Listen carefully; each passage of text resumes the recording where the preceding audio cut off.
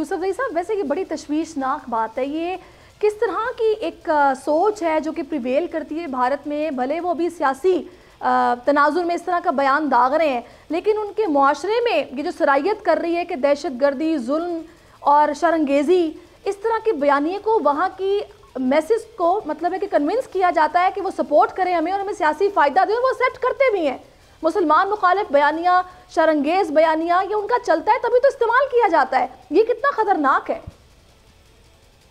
देखिए, जितनी बड़ी आबादी है, जाहिर बात है इतना एजुकेशन की भी कमी होगी। ठीक है, शहरों में एजुकेशन किसी हद तक है, लेकिन जो आउटस्कर्ट एरियाज हैं, अभी भी बहुत सारे उनके एरियाज ऐसे हैं जो बहुत पसमानदा हैं।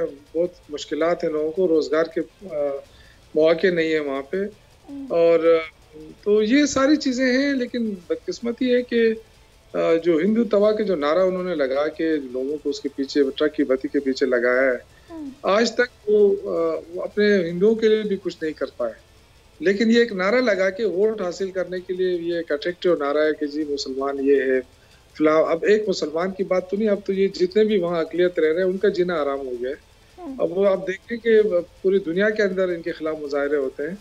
जिस तरह सिख कम्युनिटी को इन्होंने हरासा किया, सिख कम्युनिटी के खिलाफ एक्शन किया और उनके लीडरों को अब जो बाहर मारना शुरू हो गया है, तो ये सारी वो चीज़ें हैं जो काफ़ी हौसला शिकनी की बात है। और ये जो भारतीय अवाम है उनको खुद सोचना पड़ेगा कि उनके अंदर जो सियासत जिस वक्त हो रही थी, कांग्रेस सख्त कट्टर मुखालिफ रही है पाकिस्तान की, लेकिन उस वक्त भी इस तरह की सियासत नहीं हो रही थी जिस तरह आज हिंदुस्तान के अंदर हो रही है।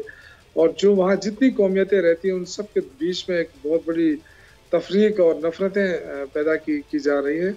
तो ये सारी चीज़ें इससे पहले काफ़ी एक किस्म का अमन था, सब कुछ था। लेकिन आज आप जिस हिंदुस्तान की तरफ आप देख रहे हैं, आप कहें कि जी वहाँ पे न्यूक्लियर इंडिया है और बड़ा मतलब आगे चला गया है, माशी तौर पे मजबूत हो रहा है, लेकिन अंदर से खोखला है। सब्सक्राइब करें और बेल दबाएं ताकि कोई खबर रह न जाए।